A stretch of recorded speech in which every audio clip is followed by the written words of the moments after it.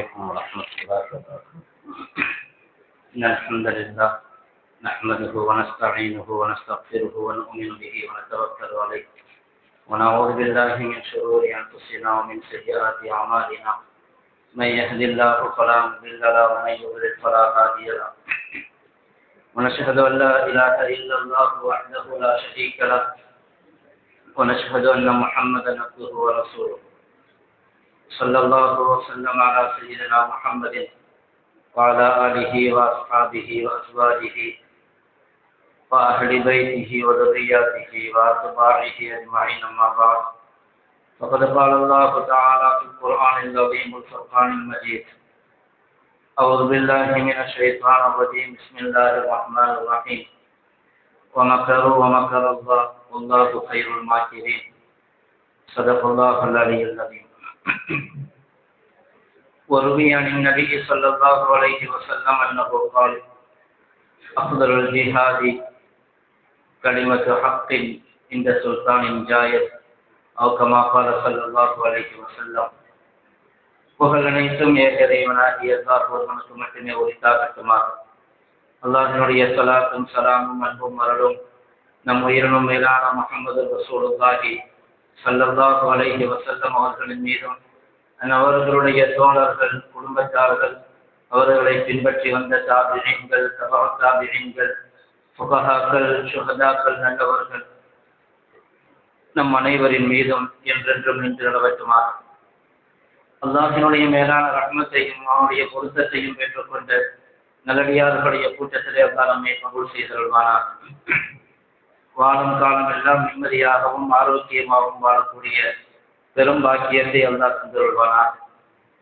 வாழ்க்கையின் எல்லா நிலைகளிலும் தக்வா என்னும் இறையச்சத்தை எடுத்து நடப்பதற்கு ரப்புல் ஆலமீன் தௌஃபீக் செய்தருள்வானார். கண்ணியத்திற்குரியவர்களே, பொதுவாக ஒரு நேரம் இருந்தது கிலாஃபத்துடைய ஆட்சி. அதற்கு பிறகு அதற்கு முன்பாகவும் சர்வாதிகார ஆட்சி இருந்தது. ஆனால் ஒரு காலத்தில் அந்த நிலைகள் எல்லாம் மாறி உலகின் இன்றைய பல நாடுகள் ஜனநாயக நாடுகளாக மாறியிருக்கின்றன. ஜனநாயகத்தினுடைய நிறை குறைகளுக்கு அப்பாற்பட்டு இந்த கால சூழல் நிலையை பொறுத்தவரையிலும் அது மிகவும் நல்லது என்றே சொல்ல வேண்டும். ஏனென்றால் ஜனநாயகத்தின் மூலமாக சர்வாதிகாரம் தலை தூக்க முடியாது. அது மக்களுடைய ஆட்சியாக இருக்கும். ஜனநாயக ஆட்சியிலே முழு சுதந்திரம் இருக்கும். அரசியல் சாசன சட்டப்படி, அதிலும் குறிப்பாக இந்திய சட்டப்படி எல்லா மக்களும் அவர்கள் தங்களுடைய மதங்களை பின்பற்றுவதற்கும் பிரச்சாரம் செய்வதற்குமான முழுமையான சுதந்திரம் இருக்கும். அரசின் மீது குறை கண்டால் வீதியில் இறங்கி போராடுவதற்கும் கூட அனுமதி கொடுக்கும் ஜனநாயகம். அதே போன்று நாட்டிலே நீதிமன்றங்கள் இருக்கும். நம்முடைய பிரச்சனைகளை அரசாங்கத்தின் மூலமாக தீர்க்க முடியவில்லை என்றால் கோர்ட்டின் மூலமாக, நீதிமன்றங்களின் மூலமாக நம்முடைய பிரச்சனைகளை எழுப்ப முடியும்.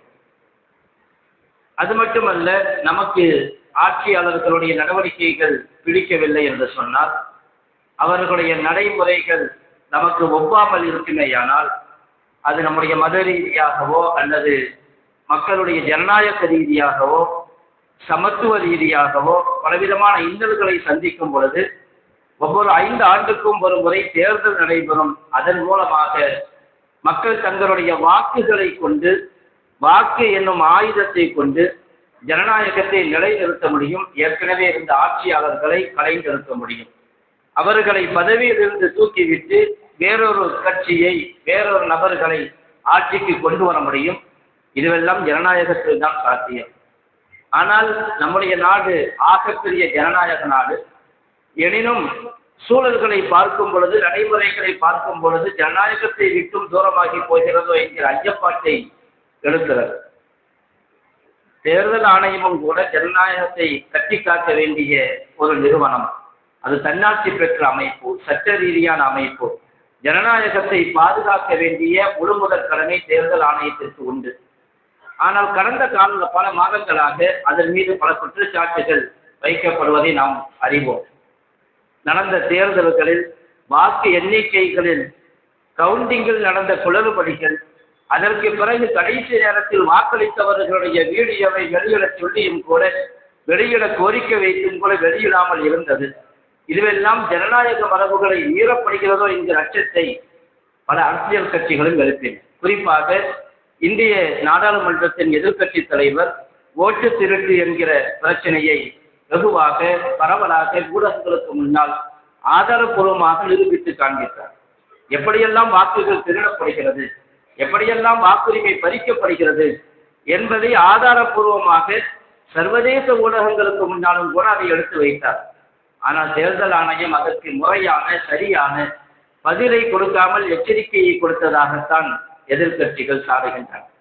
அப்படிப்பட்ட ஒரு நிலையில இப்பொழுது இந்த சமயத்திலே எஸ்ஐஆர் என்கிற ஒரு வாக்காளர் சிறப்பு தீவிர வாக்காளர் திருத்தம் மேற்கொள்ளப்படுகிறது. இதற்கு முன்பாக பீகாரில் நடந்தது. இது சட்ட ரீதியானது. அரசியல் சாசனத்தில் சொல்லப்பட்ட முறைப்படி அவ்வப்பொழுது வாக்காளர் சீர்திருத்தம் என்பது மேற்கொள்ளப்பட்டு கொண்டுதான் இருக்கிறது. இதற்கு முன்னரும் அது செய்யப்பட்டு இருக்கிறது, இப்பொழுதும் அது செய்யப்படுகிறது. எஸ்ஐஆர் அதெல்லாம் நமக்கு தெரிந்த செய்திகள். இதற்கு முன்னரும் செய்தார்கள். ஆனால் இதற்கு முன்பு நடந்ததற்கும் இப்பொழுது நடப்பதற்கும் மத்தியிலே ஒரு பெரிய வித்தியாசத்தையும், அது நம்முடைய வாக்குகளை பறித்து விடுமோ என்கிற அச்சத்தை, எந்த அளவுக்கு என்று சொன்னால், மேற்கு வங்கத்திலே கோல்கத்தாவிலே ஒரு முதியவர் தற்கொலை செய்து கொண்டார். அதற்கான காரணம் கூட சிலர் சொன்னார்கள் அது எஸ்ஐஆர் தான் காரணம் என்று. வாக்காளர் திருத்தம் நடைபெறுகிறது, நாம் இந்த நாட்டில் குடியுரிமை பெற்றவர் இல்லை என்று நாம் சொல்லப்பட்டு விடுவோமோ என்கிற அச்சத்திலே அவர் தற்கொலை செய்து கொண்டதாக பத்திரிகைகளிலே பார்க்கிறோம். உண்மையில் இது அச்சப்பட வேண்டியதோ அல்லது பலகீனப்பட்டு போக வேண்டியதோ அல்ல. ஆனால் நடக்கிற நடப்புகள், நடைமுறைகள், இதற்கு முன்னால் நடந்தது சீர்திருத்தம் நடந்தது என்று சொன்னால், திருத்தம் செய்யப்பட்டது என்று சொன்னால் அதற்கு ஏறத்தாழ 2 ஆண்டுகள் ஆகியிருக்கிறது, 2 வருடங்கள் ஆகும். ஆனால் இப்பொழுது செய்யப்படுகிற திருத்தம் எல்லாம் 1 மாதம் 2 மாதத்திலே முடிக்கப்படுகிறது. தேதி வரம்புக்குட்படுத்தப்பட்டு இந்த தேதியில் ஆரம்பித்து இந்த தேதியில் முடித்து போய்விடும். 1 மாதம் அல்லது 2 மாதம் ஆக மொத்தத்திலே 3-4 மாதத்திலே அது முடிந்து போய்விடும் என்கிற ஒரு அவசர கதியில் தான் இந்த எஸ்ஐஆர் செயல்படுத்தப்படுகிறது. பீகாரிலே நடந்தது, அங்கே நடந்து முடிந்திருக்கிறது. அது எந்த அளவுக்கு நடந்தது என்பதை பற்றி நமக்கெல்லாம் இதற்கு முன்பே ஊடகங்களின் மூலமாக செய்திகளை அறிந்திருப்போம். பல விஷயங்கள் உச்சநீதிமன்றம் வரை போனது. உச்சநீதிமன்றத்திலும் அதனுடைய வழக்குகள் தாக்கல் செய்யப்பட்டு உச்சநீதிமன்றத்திலே சில நபர்களை கொண்டு போய் நிறுத்தினார்கள். இவரெல்லாம் இன்னும் உயிரோடு இருக்கிறார்கள். ஆனால் திருத்தம் என்கிற பெயரில இவர்கள் எல்லாம் மரணித்து விட்டதாக கூறப்பட்டிருக்கிறது. எஸ்ஐஆர் மூலமாக திருத்தம் என்கிற பெயரிலே இவர்கள் எல்லாம் மரணித்து விட்டார்கள் என்று சொல்லப்பட்டிருக்கிறது. அந்த உயிரோடு இருக்கக்கூடிய நபர்களை கொண்டு போய் கூட உச்ச நீதிமன்றத்தில் வழக்கறிஞர்கள் நிறுத்தினார்கள் என்பதை எல்லாம் பார்த்தோம். அதே போன்று ஆதார் அட்டையை, ஆதார் கார்டை ஏற்றுக்கொள்ள மாட்டோம் என்று சொன்னது. அதாவது நான் இந்திய குடியுரிமை வாக்காளர் உரிமையை பெற வேண்டும் என்று சொன்னால் ஆவணங்களுக்கு ஆதார் அட்டையை ஏற்றுக்கொள்ள மாட்டோம். இன்னைக்கு ஆதார் அட்டையை எடுத்துக்கொண்டீங்கன்னா எதுக்கு எடுத்தாலும் ஆதார் பேங்க் கணக்கோட ஆதாரம் இணைங்கிறாங்க, பேன் கார்டோட ஆதாரம் இணைங்க, லைசன்ஸோட ஆதாரம் இணைங்க, ஐஆர்சிடிசி டிக்கெட் போடுறது கூட ஆதார் இணைச்சாதான் அடுத்த சிறப்பம்சங்கள் கிடைக்கும். ஐஆர்சிடிசி கூட, ரயில்வே துறை கூட உங்க ஆதாரம் இணைங்க. எதற்கெடுத்தாலும் ஆதார், எல்லா விஷயத்திலும் ஆதார். பாஸ்போர்ட் எடுத்துட்டால் ஆதார் தேவைப்படும். எல்லா இடங்களிலும் பயன்படுத்தக்கூடிய இந்த ஆதார் ஆவணம் வாக்குரிமை நிரூபிப்பதற்காக வேண்டி, வாக்குரிமை கோரிக்கைக்காக வேண்டிய ஆவணங்கள் என்று சொல்லும் பொழுது அந்த ஆதார் அட்டையை ஏற்றுக்கொள்ள முடியாது என்று சொன்னார்கள். இதையும் கூட உச்சநீதிமன்றத்தில் கொண்டு போய் நிறுத்தினார்கள். எங்களுக்கு ஆதார் அட்டையை ஏன் ஏற்றுக்கொள்ளக்கூடாது என்று. ஏன் ஏற்றுக்கொள்ளக்கூடாது? உச்சநீதிமன்றம் சொன்னது தேர்தல் ஆணையத்தை பார்த்து நீங்கள் ஆதார் அட்டையை ஏற்றுக்கொள்ளுங்கள் என்று. பீகாருடைய நடப்பு என்னவென்றால், உச்சநீதிமன்றம் அப்படி வலியுறுத்தி சொன்ன பிறகும் கூட ஆதார் அட்டையை ஏற்றுக்கொள்ளவில்லை என்பதுதான் அங்கிருந்து வரக்கூடிய தகவல். ஆதார் கார்டை காட்டினால் அதை ஏற்றுக்கொள்வதில்லை. அதற்கு மாற்றமாக அவர்கள் சொல்லக்கூடிய பல ஆதார்கள், இன்னைக்கு மக்களிடத்தில் எல்லாரிடத்திலும் இருக்கிறது ஆதார் ஐடி இருக்கும், அதே மாதிரி ரேஷன் கார்டு இருக்கும், வாக்காளர் அட்டை ஓட்டர் ஐடி இருக்கும். தேர்தல் ஆணையமே கொடுத்ததுதான் ஓட்டர் ஐடி. ஆனால் ஓட்டர் ஐடியும் கூட ஏற்றுக்கொள்ள மாட்டாங்க. உங்களுடைய ஆவணத்தை சமர்ப்பிக்க வேண்டும் என்று சொன்னால் அதுவும் கூட ஓட்டர் ஐடியும் கூட ஏற்றுக்கொள்ள முடியாது. அப்படியானால் அவர்கள் சொல்லக்கூடிய முக்கியமான ஆவணங்கள் என்னவென்று பார்க்கும்போது முதலாவது பாஸ்போர்ட் இருக்கும். நம்முடைய பாஸ்போர்ட் ஒழுங்காக இருக்குமே என்றால் முறையான முகவரியோடு முறையாக நம்மிடத்திலே பாஸ்போர்ட் இருக்க வேண்டும். அடுத்ததாக ஜாதி சான்றிதழ் இருக்க வேண்டும். அல்லது டிசி இருக்கணும். நாம் எந்த பள்ளியிலே படித்து டிசி வாங்கி இருக்க வேண்டும், டிசி இருக்க வேண்டும். அல்லது எஸ்எஸ்எல்சி மார்க் ஷீட் இருக்கணும். அதே மாதிரி பெர்த் சர்டிஃபிகேட் இருக்கணும். 40 வயசுக்கு மேலே போனவங்களுக்கு பெர்த் சர்டிஃபிகேட் இருக்குமான்னு தெரியாது. 50 வயசு 60 வயசு அறவே இருக்காது. பெர்த் சர்டிஃபிகேட் இருக்கணும். அதே மாதிரி வீட்டு மனை பட்டா இருக்கலாம். அதையும் ஆவணமாக காட்டலாம். அதாவது யாரிடத்திலே பெரும்பாலும் இருக்க வாய்ப்பில்லையோ கிராமங்களிலே, அதுவும் பீகார் போன்ற மாநிலங்களில் கிராமங்களில் அது மாதிரியான நிலையே இருக்காது. படித்தவர்கள் குறைவு, பாஸ்போர்ட் இருக்க வேண்டிய தேவை இருக்காது. அப்படிப்பட்ட அதே மாதிரி பேங்க் பாஸ்புக் அதையும் ஆவணமாக பயன்படுத்தலாம். பேங்க் பாஸ்புக்களை நம்முடைய அட்ரஸ் இருக்கும் பொழுது அதையும் போஸ்ட் ஆஃபீஸில் நாம் அக்கௌண்ட் ஓப்பன் பண்ணியிருக்கிறோம் என்றால் அந்த புக்கையும் நம்முடைய ஆவணமாக பயன்படுத்தலாம். இப்படி 11 ஆவணங்களை முறைப்படுத்தி இருக்கிறது தேர்தல் ஆணையம். இந்த ஆவணங்களை காட்டி நீங்கள் உங்களுடைய இந்த சிறப்பு தீவிர வாக்காளர் திருத்தத்தை நீங்கள் நிரூபிக்க முடியும், உங்களுடைய வாக்குரிமையை பெற்றுக்கொள்ள முடியும் என்கிற நிலையில் அவர்கள் வரும் பொழுது 2 ஃபார்ம் கொடுப்பாங்க. இந்த திருத்தம் செய்ய வரக்கூடிய அதிகாரிகள் 2 ஃபார்ம் கொடுப்பாங்க. ஒன்று அசல், இன்னொன்று நகல். அசல் அவங்கள அதை பூர்த்தி செஞ்சு கொடுக்கும் பொழுது அசல் அவங்க கொண்டு போயிடுவாங்க, நக்கல் நம்மள்கிட்ட இருக்கும், நம்ம கையில் அவங்க கொடுக்கணும். ஆனால் பீகாரில் நடந்த ஏராளமான பேருக்கு நக்கல் கொடுக்கப்படவே இல்லை என்று குற்றச்சாட்டு இருக்கு. அவங்க வருவாங்க, ஃபார்ம் கொடுப்பாங்க, ஃபுல் பண்ணி வாங்கி போயிடுவாங்க, நம்மள்கிட்ட எந்த நக்கலும் இருக்காது. அந்த சமயத்தில் அங்குள்ள நெறியாளர்கள் என்ன சொன்னார்கள்? நீங்கள் தயவு செய்து நக்கலை கேட்டு வாங்குங்கள், அதை நீங்கள் பாதுகாப்பாக வையுங்கள். ஒரு கால் உங்களுக்கு வாங்க முடியவில்லை என்று சொன்னால் உங்க மொபைலில் அதை இமேஜ் எடுத்துக்கங்க, இமேஜ் எடுத்து அதை பத்திரமாக பாதுகாத்து வையுங்கள். அப்படி அவர்களுக்கு வலியுறுத்தப்பட்டது. ஏனென்று சொல்லியிருந்தால், அதாவது சொல்வது ஒன்று, ஆனால் களத்திற்கு வரும் பொழுது அது முறையாக நடக்கிறதா, அது மாதிரி அவர்கள் செய்கிறார்களா என்பது தெரியாது. இப்படியெல்லாம் ஒரு திருத்தம் செய்த பிறகு பீகாரிலே கடைசியாக இறுதி வாக்காளர் பட்டியல் வெளியிடப்படும் பொழுது ஏறத்தாழ 65 லட்சம் வாக்காளர்கள் நீக்கப்பட்டிருந்தார்கள். 65 லட்சம் வாக்காளர்கள் பட்டியலில் இருந்து நீக்கப்பட்டிருந்தார்கள். இதிலே அங்கிருந்து வரக்கூடிய தகவலின்படி முஸ்லிம்கள் நிறைந்த தொகுதிகளில் நிறைய வாக்குகள் பறிக்கப்பட்டிருக்கிறது என்பது. அதற்கு பிறகு தேர்தல் ஆணையம் சொன்னது, ஏன் 65 லட்சம் வாக்காளர்கள் தேர்தல் ஆணையம் உள்ள உச்ச நீதிமன்றத்தில் இது கொண்டு போனார், ஏன் இவ்வளவு 65 லட்சம் பேர் நீக்கப்பட்டதற்கான காரணம் என்ன, அந்த டேட்டாவை உங்க வெப்சைட்ல வெளியிடுங்கன்னு சொல்லிச்சு உச்ச நீதிமன்றம். ஆனால் தேர்தல் ஆணையம் பதிலுக்கு சொன்னது, அந்த காரணங்களை வெளியிட வேண்டிய தேவை அவசியம் கிடையாது என்று. ஒரு ஜனநாயக நாட்டிலே மக்கள் எல்லோரும் வெளிப்படையாக தெரிந்து கொள்ள வேண்டும் என்று. ஆனால் இன்று தேர்தல் ஆணையம் கூட ஒரு வித்தியாசமாக அரசாங்கத்திற்கு யாருடைய உந்துதலில் அழுத்தத்தில் செயல்படுகிறதோ என்கிற சந்தேகத்தை எழுப்புகிறது. ஏனென்றால் இப்பொழுது இருக்கக்கூடிய தேர்தல் தலைமை ஆணையர் நம்முடைய நாட்டின் அதாவது நம்ம நாட்டுடைய உள்துறை அமைச்சருடைய செயலாளராக இருந்தவர்.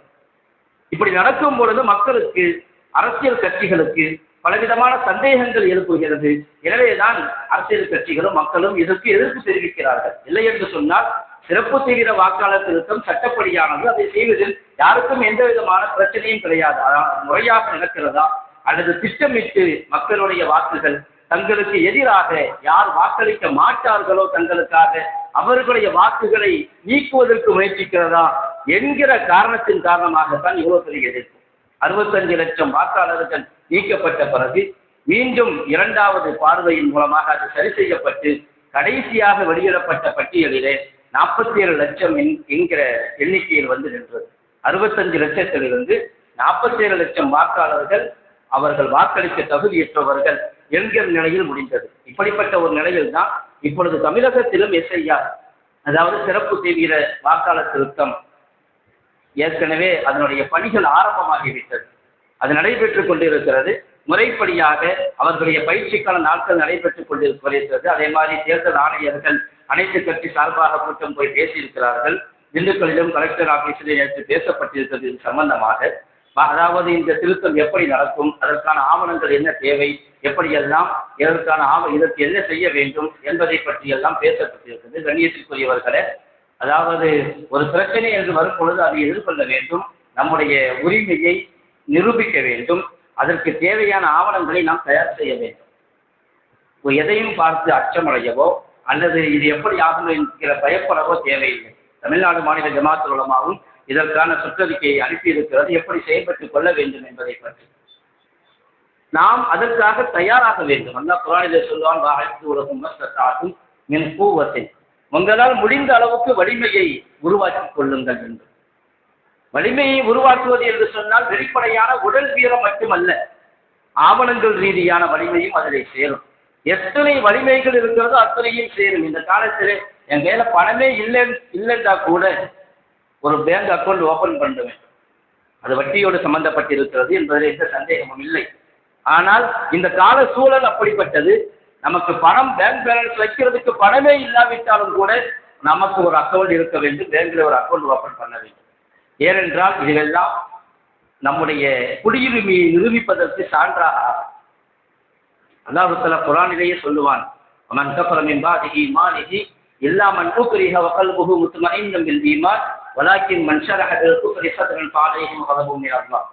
அதாவது ஈமான் போகக்கூடிய ஒரு நிலை, உயிர் போகக்கூடிய ஒரு நிலை, அந்த சமயத்திலே ஈமானை கல்பிலே வைத்துக் கொண்டு வெளிப்படையாக நாவிலே ஈமானுக்கு முரணான வார்த்தையை பேசினால் தவறில்லை என்று குர்ஆனே சொல்லும். உயிரை பாதுகாக்க வேண்டும், உங்களுடைய ஈமானை கல்பிலே வைத்துக் கொள்ளுங்கள்.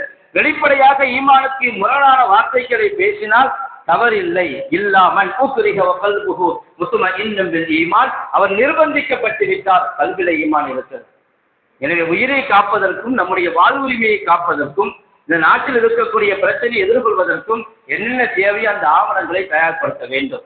வரக்கூடிய நவம்பர் 4ஆம் தேதியிலிருந்து டிசம்பர் 4ஆம் தேதி வரையிலும் வீடு வீடாக அதிகாரிகள் வருவார்கள். சுமார் 77,000 அதிகாரிகள் அதற்காக நியமிக்கப்பட்டிருக்கிறார்கள். வீடு வீடாக 3 தடவை வருவார்கள் என்று சொல்லப்பட்டிருக்கிறது. ஆனால் அப்படி வருவார்களா என்று தெரியவில்லை. அவர்கள் வரும் பொழுது ஃபார்ம் கொடுப்பார்கள், 2 ஃபார்ம் கேட்க வேண்டும், 2 ஃபார்ம் இருக்கும். அதை கவனமாக நிரப்ப வேண்டும். தெரியவில்லை என்று சொன்னால் தெரிந்தவர்களின் மூலமாக சமூகத்திலே சமுதாயத்தில் இருக்கக்கூடிய தன்னார்வலர்கள் இதற்காக ஒரு பெரிய உதவியையும் செய்ய வேண்டும். அந்த ஃபார்மை முழுமையாக நிரப்பி கொடுக்க வேண்டும். அந்த ஃபார்மிலே இப்பொழுது சமீபத்தில் எடுத்த போட்டோவை ஒட்ட வேண்டும். பழைய போட்டோவாக இருக்கலாம், 3 வருஷத்துக்கு முன்னாடி 4 வருஷத்துக்கு முன்னாடி, இப்போ தாடிகள் நடத்தி போயிருக்கும், பழைய போட்டோ நல்லா இருக்குது, அதுதான் நல்லா பார்க்கறதுக்கு லட்சணமா இருக்குது, போட்டோவை பார்த்த உடனே அப்படின்னு அந்த போட்டோ கொடுக்கூடாது. இப்போ என்ன எடுத்தோமோ சமீபத்தில் எடுத்த போட்டோவை அதில் நம்ம ஃபிட் பண்ணி ஒழுங்காக நிரப்பப்பட்டிருக்கிறதா, முழுமையாக நிரப்பப்பட்டிருக்கிறதா என்பதை முறையாக சரிபார்த்து அவர்களிடத்திலே அசலை கொடுத்து விட்டு நம்மிடத்திலே நக்கலை வாங்க வேண்டும். காப்பி கொடுங்கள் என்று கேட்டு வாங்க வேண்டும். இல்லை என்றால் இமேஜ் எடுக்க வேண்டும். நம்முடைய அந்த ஃபார்ம் நிரப்பப்பட்டு அப்லோட் ஆகிவிட்டது என்று சொன்னால் நம்முடைய ஃபோன் நம்பருக்கு ஒரு மெசேஜ் வரும். அந்த மெசேஜ் வருகிறதா என்பதை கண்காணிக்க வேண்டும். இல்லை என்று சொன்னால் அதற்கென்று இணையதளங்கள் இருக்கிறது. அந்த இணையதளத்திலே voters.eci.gov என்கிற இணையதளத்திலே போய் நம்முடைய நிலை என்னவென்று சரிபார்த்துக் கொள்ள முடியும். அதை நாம் கவனமாக அதை பின்தொடர்ந்து நம்முடைய ஃபார்ம் நிரப்பப்பட்டு அப்லோடு செய்யப்பட்டு விட்டதா என்பதை நாம் கவனமாக அதில் இருக்க வேண்டும். அதே போன்று 2002, 2004 பட்டியலில், வாக்காளர் பட்டியலில் நம்முடைய பெயர் இருந்தால் பிரச்சனை இல்லை. இல்லை என்று சொன்னால் மேலே சொன்ன ஆவணங்கள் கட்டாயம் கேட்பார்கள். அதிலும் இப்பொழுது ஆதார் அட்டையை, ஆதார் கார்டை ஏற்றுக்கொள்வதாக சொல்லி இருக்கிறார்கள். எனவே ஆதார் கார்டு புதுப்பிக்கப்படாமல் இருந்தால், அந்த 10 வருஷத்துக்கு ஒரு தடவை புதுப்பிக்கணுங்கிறாங்க. நம்முடைய ஆதார் கார்டு புதுப்பிக்கப்படாமல் இருந்தால் நாம் அந்த ஆதார் கார்டை புதுப்பித்துக் கொள்ள வேண்டும். சமீபத்திலே அதற்கான ஏற்பாடுகள், வேலைகள் செய்து அதை புதுப்பித்துக் கொள்ள வேண்டும். இந்த நவம்பர் 4 முதல் டிசம்பர் 4 வரையிலும் நம்முடைய வீடுகளுக்கு வருவார்கள். நம்முடைய வாக்குரிமை என்பது இந்த காலத்திலே வாழ்வுரிமை, அதுவும் இந்த நாட்டினுடைய குடியுரிமை. அவர்கள் கேட்கக்கூடிய ஆவணங்களை எல்லாம் பார்க்கும் பொழுது என்ஆர்சி சிஏஏவை நடைமுறைப்படுத்துவது போன்று ஒரு நிலையை உருவாக்கி இருக்கிறது என்று விமர்சகர்கள் கருதுகிறார்கள். எனவே அப்படிப்பட்ட ஒரு சூழலிலே நாம் அதை தெளிவாக நிரப்ப வேண்டும். அதற்கு பிறகு டிசம்பர் 4க்கு பிறகு, டிசம்பர் 4ஆம் தேதிக்கு பிறகு டிசம்பர் 9ஆம் தேதி பட்டியலை வெளியிடுவார்கள், வாக்காளர் பட்டியலை. எதிர்வருகிற டிசம்பர் 9ஆம் தேதி. ஜனவரி 8ஆம் தேதி வரை நாம் அதற்கான பரிசீலனைக்காக கொடுக்கலாம். யாருக்காவது பெயர் விடுபட்டு போயிருந்தால் என்னுடைய பெயர் வாக்காளர் பட்டியலில் இல்லை என்பதை பற்றி ஜனவரி 8ஆம் தேதி வரையிலும் நாம் அதிலே முறையிடலாம். முறையிட்டு 31ஆம் தேதி வரையிலும் அது பரிசீலனை செய்யப்படும். ஜனவரி 31ஆம் தேதி வரை. பிப்ரவரி 7ஆம் தேதி இறுதி வாக்காளர் பட்டியல் வெளியாகும். இதுதான் நடக்கப் போகிற நிலை. அரசாங்கம் தேர்தல் கமிஷன் மூலமாக நமக்கு அறிவிக்கப்பட்டிருக்கிற நிலை. எனவே இந்த விஷயத்திலே கவனமாக இருக்க வேண்டும். இது சாதாரணமாக இது என்ன ஓட்டு போட்டா என்ன போடாட்டு என்ன இல்லை, ஒரு நேரம் இருந்துச்சு நிறைய பேர் ஓட்டு போடவே மாட்டாங்க தேவையில்லை என்று. ஆனால் இன்னைக்குள்ள காலம் எப்படின்னு சொன்னா நம்முடைய வாக்குரிமையை பாதுகாக்கிறது நமக்கு பல பிரச்சனைகள் வருவதை விட்டும் தவிர்க்கும். அதற்கான ஏற்பாடுகளை நாம் கட்டாயம் செய்ய வேண்டும். ஆதார் கார்டை முழுமையாக புதுப்பித்து அதை முறையாக வைத்துக் கொள்ள வேண்டும். அதற்கான ஆவணங்கள் என்னென்ன இருக்கிறதோ அதை முறைப்படுத்த வேண்டும். என்னென்ன ஆவணங்களில் மாற்றம் செய்ய வேண்டி இருக்கிறதோ அதை உடனடியாக மாற்றமும் செய்ய வேண்டும். ஏனென்று சொன்னால் காலப்போக்கில் எதிர்காலத்திலே என்னென்ன பிரச்சனைகள் வரும் என்று தெரியாது. எல்லாவற்றுக்கும் மேலாக அல்லாஹ்வுடைய திட்டம் ஒன்று இருக்கிறது. அதுதான் படிக்கும். அல்லாஹ் சொல்லுவான், அல்லாஹ் கைருல் மாக்கிரீன். அவர்கள் சூழ்ச்சி செய்கிறார்கள், அல்லாஹ்வும் திட்டமிடுகிறான். உண்மையிலேயே திட்டமிடக்கூடியவர்களில் அல்லாஹ் தான் சிறந்தவன். அவனுடைய திட்டம் தான் படிக்கும், அவனுடைய திட்டம் தான் வெற்றி பெறும் என்பதிலே எந்த சந்தேகமும் இல்லை. அதே சமயத்திலே நாம் இந்த பிரச்சனையை எதிர்கொள்ளும் பொழுது சரியாக கவனத்தில் எடுத்துக் கொள்கிறோமா, இதை முறையாக, அதுவும் குறிப்பாக 2004க்கு பிறகு பிறந்தவர்களுக்கு வாக்குரிமை நிலைநாட்டுவது ஒரு கஷ்டமான ஒரு நிலை. அவர்களுடைய அட்ரஸ் மாறி இருக்கலாம், திருமணம் முடித்து வேறு இடத்திற்கு போயிருக்கலாம். இதையெல்லாம் சரி செய்து அவர்களுடைய ஆவணங்கள் இல்லை என்றால் பெற்றோர்களுடைய ஆவணங்களை கொடுக்க வேண்டும் என்று சொல்லியிருக்கிறார்கள். தாய் தகப்பன் யாருடைய ஆவணத்தையாவது கொடுத்து பிள்ளைகளுடைய ஆவணத்தை சரி செய்யலாம், அவர்களுடைய வாக்குரிமையை நிலைநாட்டிக் கொள்ளலாம். எனவே இதில் மற்றவர்கள் யார் இதை விவரம் அறிந்திருக்கிறார்களோ அவர்கள் சமூகத்திலே பக்கத்தில் உள்ளவர்களுக்கு வீதிகளிலே மொஹல்லாவிலே நல்லதொரு விழிப்புணர்வை ஏற்படுத்தி இதில் எந்தவித தொய்வும் ஏற்படாமல் நம்முடைய ஒரு வாக்கு கூட வீணடிக்கப்படாமல், வாக்கு என்பது மிகப்பெரிய ஆயுதம் தற்காலத்திலே, ஒரு வாக்கு கூட வீணடிக்கப்படாமல் திருடப்படாமல் பாதுகாப்பதற்கு ஒட்டுமொத்த சமுதாயமும் தனிநபர்களும் கட்டாயம் சேர்ந்து இதற்கான முயற்சியை செய்ய வேண்டும். ரப்புல் ஆலமீன் தௌஃபீக் செய்தல்வானாக. எல்லா விதமான பிரச்சனைகள், ஆபத்துகள், முசீபத்துகள், எல்லா விதமான சூழ்ச்சிகள், கெட்ட சூழ்ச்சிகளை விட்டும் ரப்புல் ஆலமீன் பாதுகாத்தல்வானாக. வாஹிரு தஅவானா அல்ஹம்துலில்லாஹி ரப்பில் ஆலமீன். அஸ்ஸலாமு அலைக்கும்.